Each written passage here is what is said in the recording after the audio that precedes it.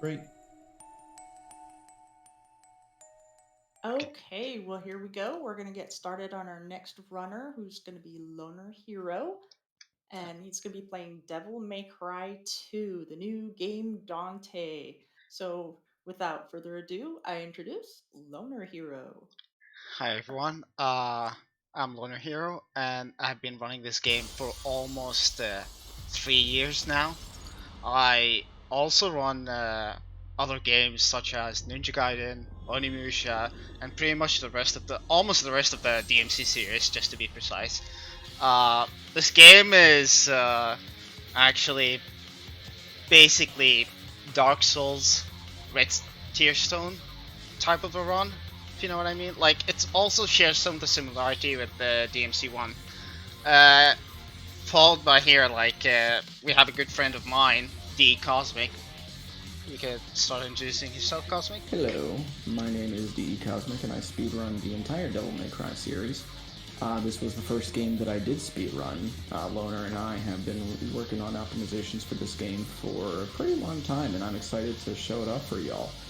I will be your primary host for the shenanigans that are about to happen, so I guess we should probably get started, huh? Yeah, Just before we go ahead, can we please raise Cosmic's audio? Sure. Should I just talk louder? I could probably just talk louder.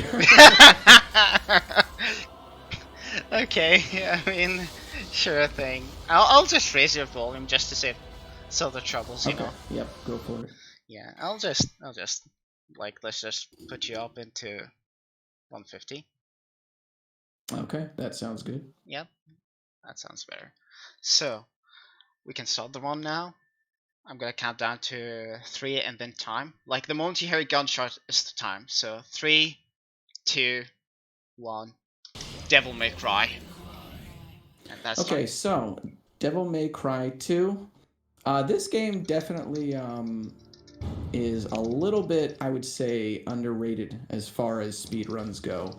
This is a few years in the future after the events of Devil May Cry 1. Dante is really coming into his own as a devil hunter at this point. He's really embraced the legacy of his father, Sparta, and he's got a few new tricks up his sleeve, one of which is a dedicated dodge button. Loner is going to be using this dodge for most of the movement in the run. Correct. Until we get access to a few other things, such as like the flight, but we'll get into that in a second. So red orbs, as per usual, going to be the primary currency that we're getting throughout the course of the run, and they're pretty important to buying some abilities and stuff. These enemies right here, we're not really worried about them. We're just going to go on by Except them. Orb Manipulation. Yeah, that's true, orb manipulation. So the first fight here, Loner is going to be using an orb manipulation technique, which is something that we had to consult the Japanese guide for the game on and find out how to cycle through the ranks in a way that allowed the game to actually just spit out like 16 times the orbs that it usually does. I don't remember the exact ranks for it, but he's got to cycle, I think, through like E, C, and A.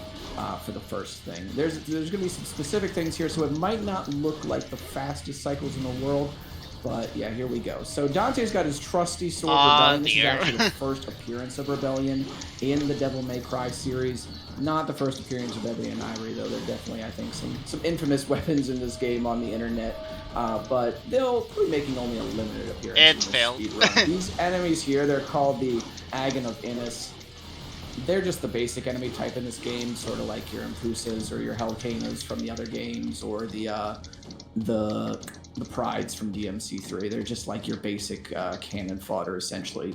Dante's just going to clear them out real quick here, and we're going to move right into the second fight with an enemy called the Misra. Basically, the way you want to approach this room is clockwise. So you want to take enemies out in a clockwise fashion in order to maintain the perfect style ranks that you want. And of course, Loner's going to execute this flawlessly, like I know he always does. Unfortunately, the first fight. Primarily 1, 2, 3 Stinger, as well as a couple other techniques that Dante's got up his sleeve. He has a lot of interesting. So the way that this game works, you don't do like pause combos or any sort of that stuff like you would see in the rest of the Devil May Cry series. You actually have to hit left or right on the analog stick and then do some attacks that way. I mean, Stinger is pretty much the same, the little sword dash there that you see. There's also everybody's favorite move during their casual playthrough, the machine guns on the Devil Trigger arms.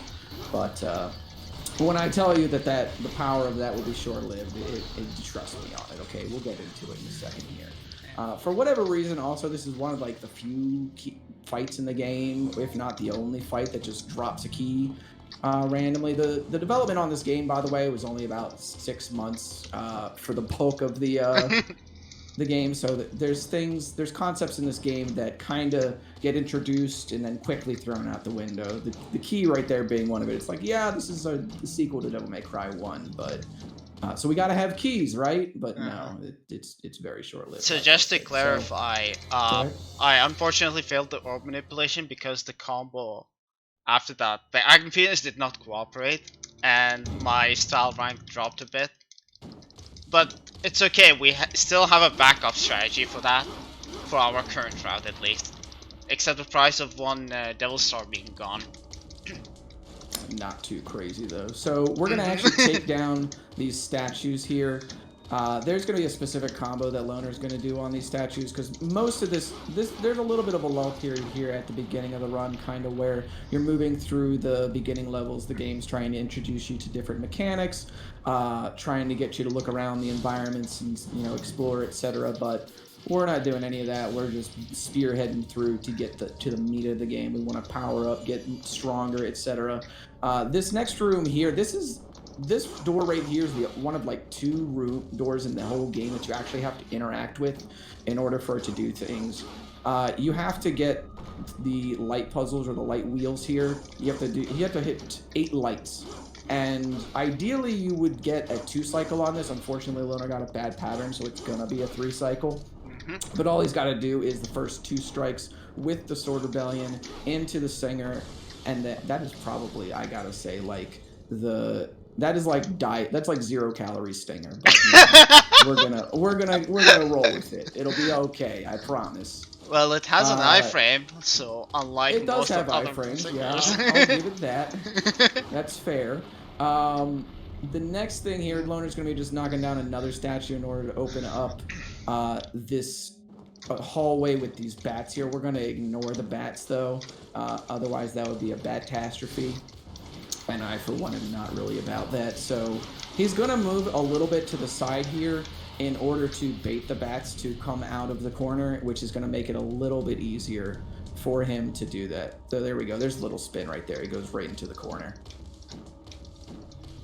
And there's also like a little pit that's coming up right here that we're going to just jump over. A neat trick here, and by trick I say a mechanic that the game never bothers to explain to you, is that you can actually disable the lock-on in this game by holding down R2 or right trigger. And that's actually what we use to destroy the wheel here while the enemy's all around us. Otherwise, if you tried to do this with lock-on, Dante will always prioritize the fire mages here, or the pyromancers, over that light wheel. Once we move through that room, I think you grab the cache in this room, right? Yes, since we failed Orb Manipulation. Yeah. So this next room here not only has a safety orb cache that Loner talked about earlier, which are little pockets of extra orbs that are hidden throughout the game, but it also has this pad for Devil Trigger, and now we can actually talk about Devil Trigger at length. Every Devil May Cry has a Devil Trigger of some kind. It's Dante's powered up form, allows you to do more damage, and with the right upgrades, fly, runs faster, just base, but with the right upgrades he runs even faster. Also, these goats here, they're not exactly the goats, if you know what I mean. The one on the right here is always going to drop down, and then Dante's just going to take him to Duff City, population him, and then he's just going to fire on the one up top there, and that's going to unlock an upgrade called the Aerial Heart. This game, Devil Trigger, has a bunch of upgrades that you can get for it. Primarily, there's 2 upgrades for one of the slots, Aerial Heart and Quick Heart, but Quick Heart we're not actually worried about. Aerial Heart, literally just like it sounds, it's going to allow us to fly. Where is it at? There we go. Is it? For some reason, it refused to pop up. Yeah, nice. Okay, good stuff. Okay. I was like, so hello? There we go. That's what I'm talking about. So now we're just going to fly on out. That's a little bit of a safety strat there since he did fail the Orb Manipulation. But we're going to keep on trucking. The next thing that Loner's going to be doing is upgrading Rebellion to level 2. In this game, contrary to the rest of the series, you don't actually upgrade moves for these weapons. You actually just boost their stats, which is kind of cool. And you also get go ahead. And you also get an attribute for Elemental Heart upgrade as well. So it's not just the base power attack. For example, that for the base Electro Heart, at the final hit of the combo you get 3 blast. Each of the upgrade it gives you even more extra blast. And for the Flame Heart you get even more wide image of the hitbox, while the Frost Heart it will just increase the enemy freeze time. Very cool. So you saw Loner taking damage there from the door. This is going to set up a quick kill on this boss using a form called Magia Devil Trigger. And this is the red Tear Stone ring type mechanic that Loner was referring to earlier. Basically, Dante needs to be in red health in order to activate this power. And you see it right there. And the reason that we upgrade Rebellion here while he just absolutely decimates the Gorilla boss here is because when you upgrade weapons, it actually increases the damage that you do in Magia Devil Trigger related to whatever type of weapon you're upgrading. So if you upgrade Ebony and Ivory's gunshots, it will increase the power of the fireballs. However, contrary to popular belief, guns are not the strongest form of damage in this game. Melee is. So we're going to upgrade that melee attack, get more power on those melee strikes, and just totally take out the boss. And you will see the about second boss that move. here. I don't know how to describe her. She's a bit of a snake, but I feel like that's not a clever enough insult. So we'll just keep going. Loner's going to also disable lock on here to bust through this wall and just totally ignore the misers. This is one of the only skips in the game. It's called Quick Heart Skip because you skip the Quick Heart. Normally what you would want to do is go into this little building that's off in the distance here, do a fight, and then grab the Quick Heart from inside, activate this light wheel, and then run inside to the boss fight. However, with the power of the dedicated dodge button... Fun fact, you don't even need that. You don't need any of that. You can just literally roll through this gate. I've actually seen somebody do this. You could actually use base Devil Trigger run. You could use the base Devil Trigger run. For whatever reason, they decided to include the Quick Heart, and it's just totally not needed for this. They gave that gate a lot of time. A lot of time. So the big thing here with this boss is that she has some poison gas around here. That's that big purple haze that you see. Shout outs to Jimi Hendrix. And Loner's just going to be taking some damage from it continually. Once again, to get into that red health, you see that health management is a huge part of going fast in this game. And then he's just going to be, again, taking her to the cleaners. So here we go. Once again, boom, busting out the arm blades. Beyblade, let it rip. She is going to be spinning in her grave. And that's the Medusa down. All hail the Dante's lightsabers. also going to get a pretty sick motorcycle. Unfortunately, we don't ever get to use it, but we do get to use it in Devil May Cry 5. So if you want to use a motorcycle for a weapon, play Devil May Cry 5. And it looks a lot better than that one, I've just got to say. So we also get the shotgun, which is probably the best gun in this game, period. It's going to allow us to do a lot of knockback on enemies, just do a lot of burst damage in general, as well as have shotgun cancels. Loner's also going to grab a purple heart for here, which is going to not only increase the amount of Devil Trigger that he can have at maximum, but also refill his Devil Trigger at the start of the mission. There's also these wolves here. They're pretty good boys, but we got to take them out for the good of the people in order to save the world. And I hope all the dog lovers out here understand that this is for the good of humanity. Loner is also going to be target switching quite a bit here. That is because if you put too much damage into these enemies, they're going to just straight up stun, and then you're going to lose a lot of Devil Trigger time and DPS to their iframes from the stun. It is also known as go ahead. It is also known as an armor mechanic. Once the armor level exceeds beyond that the default value, like once it reaches to 0, it's a stun guaranteed. Nice.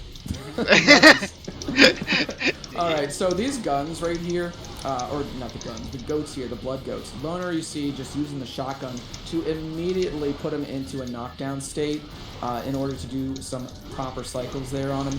They gave him a little bit of trouble, but you know, he's got his trusty shotgun right here. There you see the shotgun cancels, switching from one weapon, switching from the pistols to the shotgun, allowing him to pump out even more damage, canceling that recoil animation. Who does this guy think he is? I don't even know who he's messing with.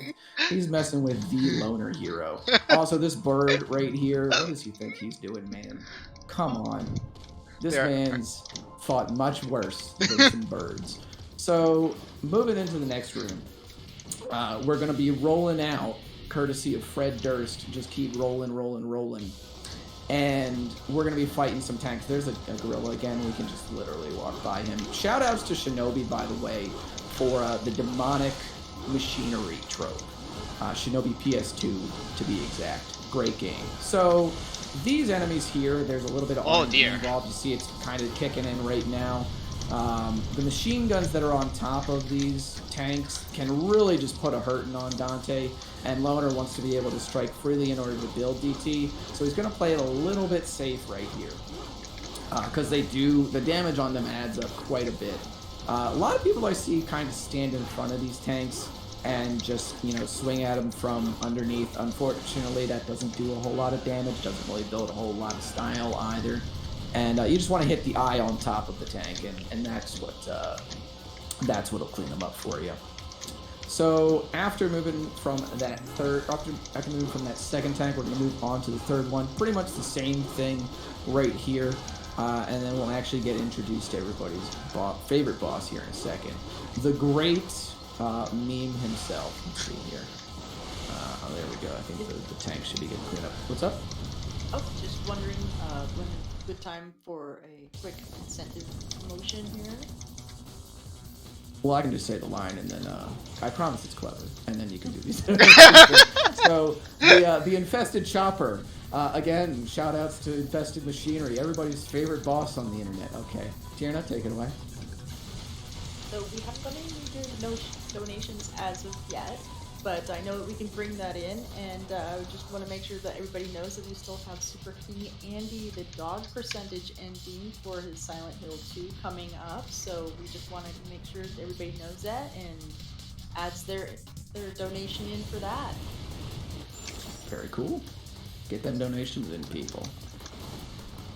Also, I think that Loner's about to use Cable's Hyper Viper Beam from Marvel vs. Capcom. Oh, there it is. Okay, so that right there is actually a really sick cutscene skip. That's one of my new favorite things that Loner showed me recently. So, by going into Majin form there and then flying to the top of the room, not only does he set up for a really, really fast kill in the upcoming fight because he's going to already be near low health, but if you kill the chopper there, it will instantly teleport you across the roof, and you save a few seconds on it. It's just really cool looking. So there, you also see Loner using the gunshots here. There is a reason for that. You gain a little bit of height off of each one that you do. We call these gun jumps, and you can actually skip a little bit of platforming with those too. So this boss right here, casually, what you're supposed to do is you're supposed to strike the missiles and build DT off of them. And what you see a lot of people do instead is just kind of fire at it for like 3 minutes until it's dead. But we're going to use the Majin form again, hopefully. It's not being super cooperative, so Loner's going to have to fly into the blades there. And here we go. Majin form again. And he's going to line up with the eyeball. Take him down. That's okay. That's not an issue. I'll just have to wait for the missile. There we go. Alright, that's fine. Yep. Oh, whatever. Very good, I suppose. Very good. Infested chopper ahoy. Like, that's the risk of using the Devil Star strat. You're just gonna straight up lose time from it. So I'm literally just hoping for missiles to spawn again so I can build DT very easily. There you go. Now we can just shoot him off at that very last HP. We actually lost about 20 or 30 seconds here. So yeah, this is normally not what's supposed to happen. Normally you're just supposed to take him down. That's why if you're not as good as Loner like I am. You use the Devil Star on this fight in order to cycle it quickly. But Loner is a Chad, so he's not going to do that. He's going to save it for later. Moving into mission 6 here. This boss is just a straight up skyscraper. I don't have anything to say to that, but it's going to fire this giant mouth beam that Loner's going to use to bring his health down for Majin in the second phase. He's going to be using the shotgun cancels there, as you see, to build up some Devil Trigger, as well as just taking the, as well as doing a decent amount of damage here, and getting to some pretty dicey health. But he's going to also go up into the mouth of it, and then just start using air raid there. This is a very precarious spot to be in, especially at Loner's house, but he's going to be doing some high times here, really just trying to stay alive right now so that he can get the Majin. Y'all have no idea like how risky this is right now. He's playing this like so close to the chest. But he told me he was going for everything in the marathon. He really wanted to show off everything that is in this game. This damage is just wild. So, boom. That, by the way, I forget the name of it. I want to say it's like Supernova. That is a map-wide explosion that Dante Doomsday. can do in Majin Devil Trigger. It's called Doomsday. It's called what? Doomsday. Doomsday. That's a way better name than Supernova. So, Doomsday Eternal, the sequel to Doomsday, is, like I said, it's a map-wide explosion where Dante just deals a ton of damage in an area, but it consumes the rest of his Majin Devil Trigger, so Loner just use it there to just take out the boss. Moving into this factory section here, a lot of the environments in this game are cities and factories and stuff. They really leaned in heavy into the sort of like industrial influences in this game, really kind of trying to move away from the more like medieval fantasy settings that we saw in DMC1. Dante is on a mission, I should clarify, to take down this evil corporate businessman named Arius, who believes that he is a god, like most corporate businessmen do, I suppose. And that right there, that Loner hit, that little light wheel there, we're going to come back to that in a second. That is called the Flame Heart. It's another upgrade for the Devil Trigger. It increases the amount of damage that we do in Devil Trigger. Before that, we're going to, take another nod from Dark Souls here and just, roll down the stairs and hop across this room, and he's going to be activating an elevator. Or I guess it would be an escalator. A platform, there we go. A descending platform. That was the word that I was looking for. So he's going to activate that, and then he's going to be running into some other rooms. And while he's in those other rooms collecting not only that flame heart that we were talking about, he's going to be collecting a new sword called the Vendetta. All of Dante's weapons in this game are just additional long swords.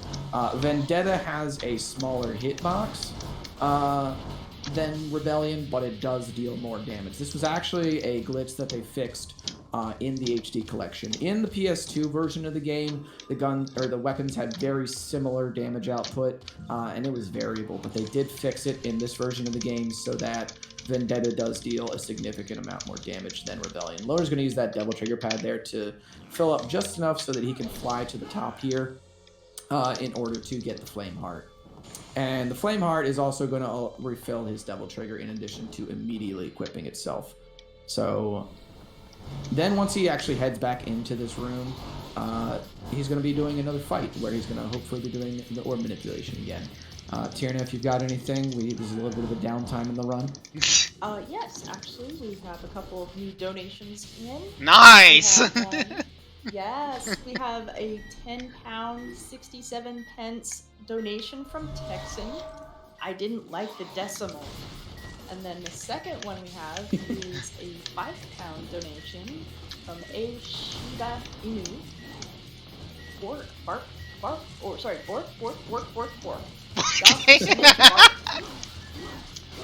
Very cool. Nice. Awesome. So, like I said, Loner is going to be hoping to do another Orb Manipulation here, so he's letting a little bit of the enemies spawn into the room so that when he does cycle them, he can actually cycle through The and when I say cycle, I mean defeat them. When he does deplete their health, it will be as more enemies are spawning into the room. So he's got plenty of enemies to stagger the styles off of, keep building them if he needs to, and then he starts seeing a lot more of these orbs dropping. We got it. Right around this point. We got it. Oh, good. Very nice. Excellent. So now is when we start seeing a lot of orbs dropping. And he's going to be coming out of this. There we go. Now you start seeing, yep. I know I've said that like 3 times, but I needed to reassure myself. Don't worry about it. This train here is actually going to take us to the end of the factory, and then it's going to lead to an elevator where we're going to fight the next boss. And that fight's going to go by pretty quick, so I'll explain it right now. Essentially, what Loner's going to do is buy another purple orb to refill his Devil Trigger, and he's going to equip Vendetta at that point.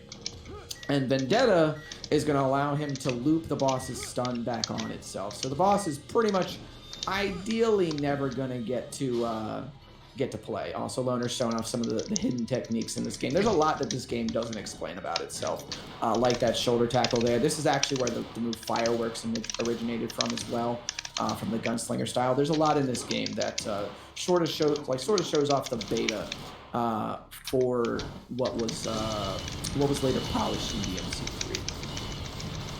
Also, fun fact: if you play Marvel vs. Capcom Infinite, this is where his crouching heavy punch comes from as well.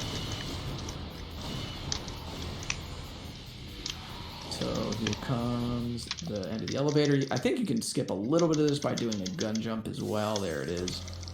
And fly right to the end there. This boss is a load of bull, and I mean it's a very giant bull. Is it okay if I interrupt Go for ahead. just a moment? Go for it, yeah. Go for it. We just got another donation in with 15 pounds, and it says 1K height. Hey, 1K.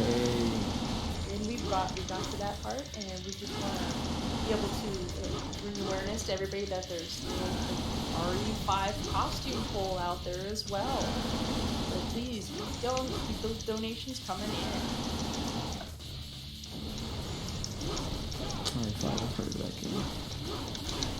So here we go. Like I said, boss is going to be just totally wrecked. It did do the an unfortunate move right there where that it jump. Just decide to ignore the stun that Loner's kind of laid on it, and then he's just going to combo it to death, and the boss is just going to go down.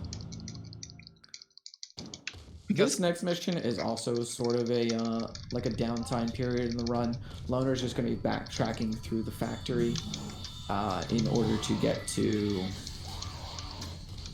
I guess, just out of it. They decided to put the Capcom escape sequence in this game a little bit early. The timer, that has just clearly way too much time on it to be even remotely worrying. And everything around you just totally collapsing as well. I feel so awake playing this game. Yeah. There's also this that we're going to grab up, the offense heart. That's going to give Loner all of his Devil Trigger back. The offense heart, again, is going to increase the amount of damage that we deal in Devil Trigger. So you see right here, through very basic mechanics that are in the game, we've really kind of doubled our damage output in Devil Trigger, which makes Devil Trigger in this game really the big thing that you want to abuse. Devil Trigger on just very, very high burst moves, like the Million Stab that you saw there that Loner did. I forgot to talk about that too. So Dante has a bunch of moves in this game that are only accessible in Devil Trigger. And the Million Stab that you saw there, you have to do 2 strikes while in Devil Trigger and then hit left or right on the left analog stick and then melee as well for the 3rd hit. And that will allow you to then mash to do the Million Stab. Normally it would consume a lot of Devil Trigger, but Loner exiting Devil Trigger there as the Million Stab is initiating allows him to do it without Devil Trigger. And that just allows him to get a bunch of DPS down on the boss pretty free. The plane right here that you have to get to crash into the wall has a missile launcher in it. But fun fact, we don't use it anymore in this run. Mm-hmm. This was one of the first optimizations I think that Loner did. Was I think I spitballed it to him, and I was like, I would believe you if you could just route the missile launcher out of the game, and he goes, give me like a little bit, and then he routed the missile launcher out. So now the only guns we actually have during the run are the pistols and the shotgun. The missile launcher is just slow. So not only slow, it's also miss. Like, what's up? It's also miss. Like if you miss a shot and then you lose a lot of DPS right there compared to Ebony and Ivory and the shotgun. Yeah, that's very true. So this puzzle right here, you just kind of have to hit 2 light orbs, and then you go down to this arena here. You want to exit into the underground, and then the game sucks you underneath to an arena where you're going to fight a big moth boss. Fun fact about this boss, it shoots out a bunch of larvae. And on the PS2 version of the game, you can shoot the larvae while they're in their small form, but on each day collection, that's not the case. There's actually a glitch with this version where you cannot kill the larvae while they're in like the very, very baby mode. So we are forced to actually deal with all the larvae that spawn while we beat them off. So once we takes out these little enemies right here, the golems, they're headless golems, they shoot out spikes. And then he's going to actually be letting one of the larvae swallow him, and the way you actually get, the way you actually kill these larvae, the quickest is by mashing the buttons or rotating the analog stick out of them. No, you don't. You know, escape thing. Oh, never mind. Uh-oh. I thought I would kill that hatch, but oh well. Oh no. So then the moth right there gonna go down. Again, now he's gonna use good old Cable's Hyper Viper Beam from Marvel vs. Capcom 2. I forget the actual name of this move in this game. What's up? Leviathan. That's the name of Leviathan. the move. That's a very weird name. Leviathan. That's very strange. So then it's okay, moving on. He's gonna let these larvae swallow him. Unfortunately, they're being pretty nice. They're cooperating very well, and they're just gonna let him just take them out. You just have to wiggle out of them as quickly as possible. They're literally if they're sort of like going up and down like this, that's when you really just want to lay into them with the shotgun or with Vendetta. Fun fact: if you time your devil trigger by the end of this fight, your game will crash. Very cool. Yeah, this game has a very interesting conflict whenever you DT and all of that. So teleportation is one of them. Is that an HD collection thing? Yes. Or is that like on PST? Oh my goodness. That's a HD good collection old thing. HD collection. Oh my goodness. Okay, so this boss right here, we call him the cameraman.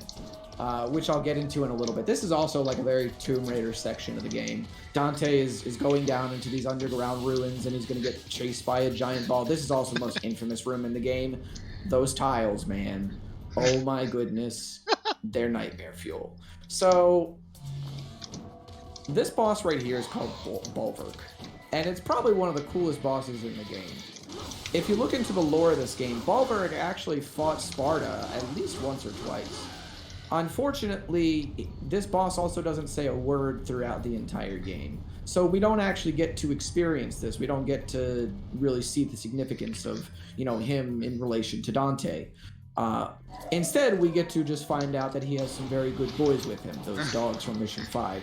And the game will always prioritize the dogs or the wolves until you finish them off, but finishing them off is slow, and we want to just kill Bulwark.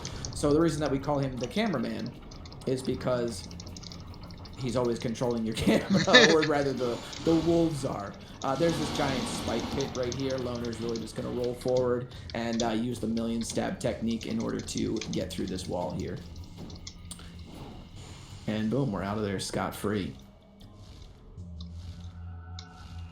That's one of There's the skips. also a skip right here with Aerial Heart, where you can actually just skip all the platforming here by just flying up to the top. The submachine guns, are off in like another room, but you don't really need them. You can hold down the fire button with them, but they do so little damage per shot that it's really not worth it. So here is the dogs right here. As you can see, the camera is clearly not focused on Bulberg.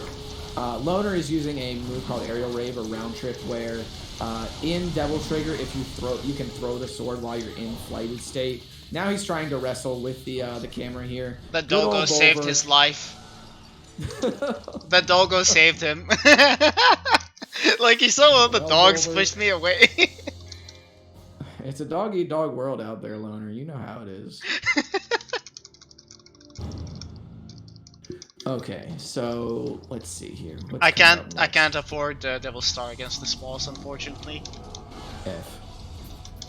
So the next boss, Pluto, is preceded by one of the stranger fights in this game, where you really got to bust out the trigonometry book and really focus on taking down these triangles, understanding what makes them tick. The Sargasso from DMC1 also randomly appear here. This game's wild, okay? This game's wild. So Loner that you see there with expert precision definitely busted out the protractor for that fight and cleaned it up as quickly and efficiently as possible. And then he's going to move into the actual boss fight against the boss called Pluto, who wields ball and chain on both of his arms. And this boss's hitboxes are either really, really good or really not. But Loner there is just going to roll on through it. You see there, just going to take a little bit of damage. Not really too crazy, honestly, because of the amount of Devil Trigger Loner has. It still builds a little bit of Devil Trigger as well to get hit. And he's just going to use the Million Stab there. Unfortunately, Pluto did not get stunned, but he's just going to keep using Million Stab here. And the lasers in the room are going to be really nice. They're just not going to hit us. And he's down. They're always fixed pattern. Yep. I knew that. I swear. I mean, you have a lot of knowledge of the game. You just, like, an execution. It's like, I know a lot about this game at this point, you know? Okay, so what's next here? Is this Arius? Yes. Yeah, okay. So Arius, this is the corporate businessman that we've been hunting down this whole game. He summons demons. He has a magnum. I won't lie, he's got kind of a drip with that cape, the white suit and the cigar, the nice slick back hair, really looking like the Mishima hairstyle right there going on. But you know, we just don't jive with him. He's really just trying to bring hell to earth, and that's just not cool. He went down really fast. Except that shield meme. Yeah, he's super fast. Okay, so this mission right here, we're going to be using the Devil Stars that we picked up on the last mission. And Loner has to take out some light orbs in order to open up a wheel, or open up a door here. He's going to be using the kick cancel mechanics here. In this game, you can, by the way, you can cancel air attacks into each other in the air as long as you have lock-on enabled or you have an enemy to lock on to. Lucia can do this, can use this a lot, but Dante primarily can use it to cancel his jump kicks in the air into themselves. So we don't waste any Devil Trigger or anything, really trying to do Helm Breakers or anything, nothing just like that. There's also, also, this is the only glitch in the run. If you run up the wall here, in this room, all the enemies just straight up despawn. We have no idea why this works. I think it might have been a debug thing that was left in. Fortunately, what this does allow us to do is just lock straight onto the light orb and just take it out pretty much immediately. Nice and smooth. That sword right there is called Merciless. It has a larger hitbox than both Vendetta and Rebellion, but it does less damage, and we're all about the damage, so we're not going to do that. This orb right here is probably the most annoying to grab up, just because it's surrounded by a ton of enemies and there's no convenient despawns for us to take advantage of. So Loner's got to once again disable lock on, and he's going to do a roll right into a Devil Trigger, and that's going to put him right above the ground in order to do 2 aerial raids or 2 sword swings, or sword spins, sword throws, and totally take out the wheel there. Next, he's going to be actually, once again, disabling lock-on and flying above these mages in order to take out the last wheel. And then he's going to actually head into a very familiar boss for everyone here. And that boss's name is Phantom of DMC1 fame. Long time no Once see. again, you know, the DMC1 references that pop up in this game, they're a little bit out of place, but like I said, 6-month development time, so we're going to cut them a little bit of slack. Phantom here is a little bit of a pushover compared to DMC1 because it stuns so easily. See, Loner's going to make quick work of it by using the advanced combos there, by using the forward tilt of the analog stick in Devil Trigger as well as Stinger. Really just hacking away at it, slowly building up Devil Trigger and doing a lot of DPS. Are you ready? Showtime. And that is Phantom. This mission.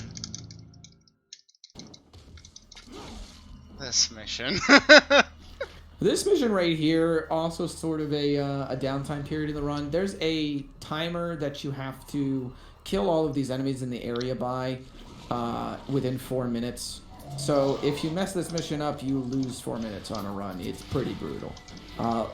There's nothing too crazy going on though. Just if Loner gets it, there's another Majin strat. So if we have time for some donations and stuff, or any sort of like advertising that needs to be done.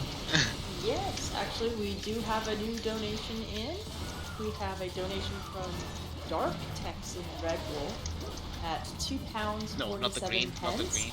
Says, I am Texan Red Wolf's long lost brother. We were separated at birth, being each other's perfect opposite. Where he seeks order, I seek chaos, construction, destruction. Now quiver in fear at the obnoxity, uneven donation count. Oh no. Well, hopefully the mighty hero Texan Red Wolf will be there to restore balance once again. And we will not have the decimal. Thank you so much for that donation, by the way. Much love. This, by the way, as you can see, Loner's just really making quick work of all these enemies here, and just going to use Doomsday again to clear them out. Really nice strat there, taking damage from the doors there. That was actually sort of a recent addition to the run, using the damage taken from those doors to activate Majin. Really, really cool stuff. A lot of this run, the health management in it is just really, really cool to see, and something that you can really admire about Loner's play is just how consistently he gets to these proper thresholds of health. Come on. I had to gas you up. Okay. It just had to happen. So, the Abyss Goats here, these are the final form of the goats. They have quite a bit of health, but they still falter to the shotgun and to the invincibility frames on the Devil Trigger there. Currently working with about a minute left. I think this is probably the last wave. And Majin Devil Trigger again. Ironically, I think Majin actually means devil, so this is like Devil Trigger.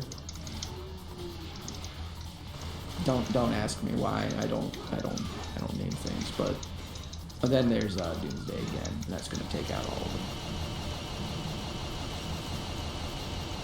them. Wow, actually, okay. I thought that was it. No, they spawned pretty late, and overall it's really, what, I don't know. I just don't know what to think about this mission. It's a weird mission, yeah. We're gonna go. I got very spoiled with PS2 version. So, to clarify, on the PS2 version of this game, you can actually clip right to the bottom of this mission with a glitch by clipping through one of the eyeballs there on the outer border. They fixed this, unfortunately, on HD Collection, so otherwise we would have a nice 4-minute time save, and this game would almost probably get to the sub 40 range, but alas. Oh, that's right, I forgot about the Blood Goats here. They have quite a bit of health. Loner's really just going to use these guys to build up a little bit more style meter, get a few extra orbs off of them, and then this level has 2 bosses. We're going to actually do a run back with Bulwark. He was a little bit salty at how he got washed the first time around, so he has once again contacted the help of the good doggos in order to try and take down Dante, the legendary Devil Hunter, from the Shin Megami Tensei series. Oh my god. Coming soon to a Switch near you. And in this elevator here, Loner's actually just going to be taking damage the whole time to set up for a Majin kill on Bulwark. We used to just kill all these enemies in here, but once we started incorporating more Magia into the route, it was just necessary to sacrifice the orbs you would normally get from this fight, and then just get into the red health. Now he's just kind of got to stay, away from them, use the knockback on the shotgun, and then just wait for the elevator to come out, and then we can just move on through. There's a little bit of like platforming, or I guess you would call it platforming. Platforming, yeah. In that you have to jump 4 times in a row in order to avoid some orbs. And if you get hit by one of these orbs, it takes you to an arena where you have to fight some additional enemies. And it looks a little bit intimidating at first, but like I said, he's just gonna pretty much just jump 4 times here. It's very intense, especially when you're at the red health. Like you have to bear with it. There is a safe alternative though. Like he's gonna pick up this thing. I forget what that thing's called there. What? That heart. Is it just called the heart? No. It was something else. I can't pronounce it. Yeah, you're running with the Japanese text. Okay, so. Yeah. I think there's just fewer characters in the Japanese text, so just a little bit of time saved there. But here we go. We're going to move on into the bulwark fight. Once again, the game is going to prioritize the dogs, or the wolves. And we have to kind of maneuver around that in order to kill Bulwark himself. But with the power of Krispy Kreme donuts and the Majin Devil Trigger, we're just going to take him out. So he once again got washed, not only by Sparta, but by the son of Sparta. The sacrilege, that's what it's called. So Loner's going to go ahead and refill his health here, and he's going to set up for another Majin kill on the Trismagia boss, or Tri-Face. You guessed it, Trismagia has 3 faces. And they all have elemental weaknesses as well as elemental properties. Fortunately for us, Majin Devil Trigger does not have an element attached to it. So we can use it to nuke Trismagia regardless of what element we have equipped or what element is currently the weak head, because only one head is vulnerable at a time. And that's what kind of would make this fight RNG during some of the earlier stages of this run. However, we're going to take out this goat, because in case he hadn't heard, we're gamers, so he better step off. And then we're going to use the Orb of Innis in order to take down our health. And he's going to try and get into the red health again here. This is a little bit more sketch because these enemies tend to stack up and do a lot of damage. There's also going to be a health orb right outside of this elevator, so he's got to be a little bit careful in terms of the movement. Very nice. And then we're going to move into the Trismagia fight, and he's going to be able to one-cycle this boss with Majin Devil Trigger. Once he finds out what the vulnerable head is, he's going to be able to take it down. So I think he's found it. Okay. It's going to be the red head there. Take it down with some fireballs. And then use the good old Leviathan. The fish beam. And then all he's got to do here is dodge one attack, which is going to be this giant fireball. But fortunately, the dodge rolls in this game have a ton of iframes. And there he goes. And boss down. This is going to be, this next fight here is just sort of like a repeat of the Arias fight. He's got a couple new tricks up his sleeve, a couple new friends along the way. But before we get into the final fight, if there's any new donations or anything that have come in, that would be a good time. We do not actually have any new donations in, but we do still have the bid war for the costumes, and we also have the incentive for the dog percentage, so keep those donations in. So Arias has contacted the help of his secretaries. They look a little bit familiar to or a little bit similar to the other playable character in this game, Lucia. I won't spoil that for all of you. Oh, this is also the best cutscene in this game. I have to do that. So I'm just going to let this play out. Yeah, you got to let this go. The voice acting is just stellar. You have to do that. Here's your crown. By the way, What a time is on the moment you see the final cutscene of the game. Like, literally Yeah, the after time's this. gonna be coming up in a couple of minutes here.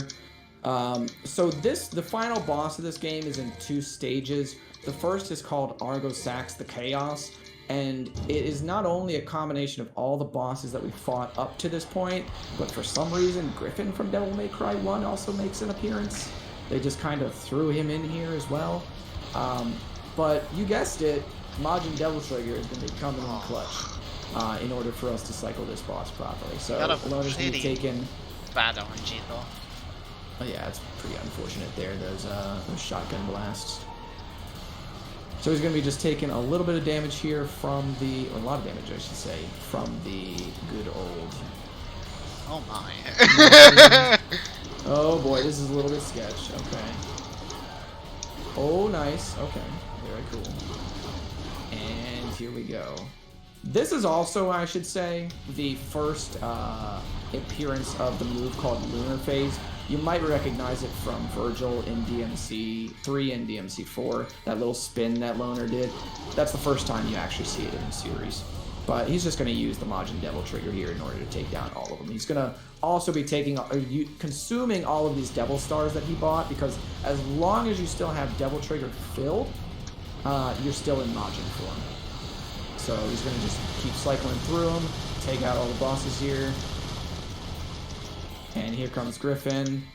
Griffin's got a lot of health. Boom, good old Fish Beam, Leviathan, Hyper Viper Beam. That is a very long Perfect. Very nice. Perfect. Good stuff. Also, okay, so to get into it now, the final boss here is called Despair Embodied. It's definitely the best boss in this game. It can change form from feminine to masculine looking, and it has different attacks depending on what it does, or what form it is in. Loner is just going to take it out, and time is going to come up. Loner, you're going to have to call for it. Time. What time was that? Boom. And that is Devil May Cry 2, new game, Devil Hunter. Or new game, normal Dante, I'm sorry. Oh god.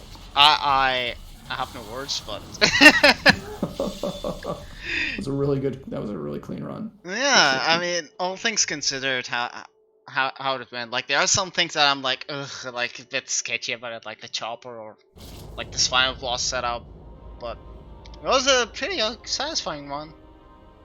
So... It's like, final time was a 49-16. 49-16. I figured it'd be that, considering the chopper and considering some of the setups that went, and all unfortunate events. Yeah. I'd like to give a shout out to all the people who encouraged me to join this marathon. And you should probably take a look at the DMC speedrun community and maybe run DMC 1. You won't regret it. So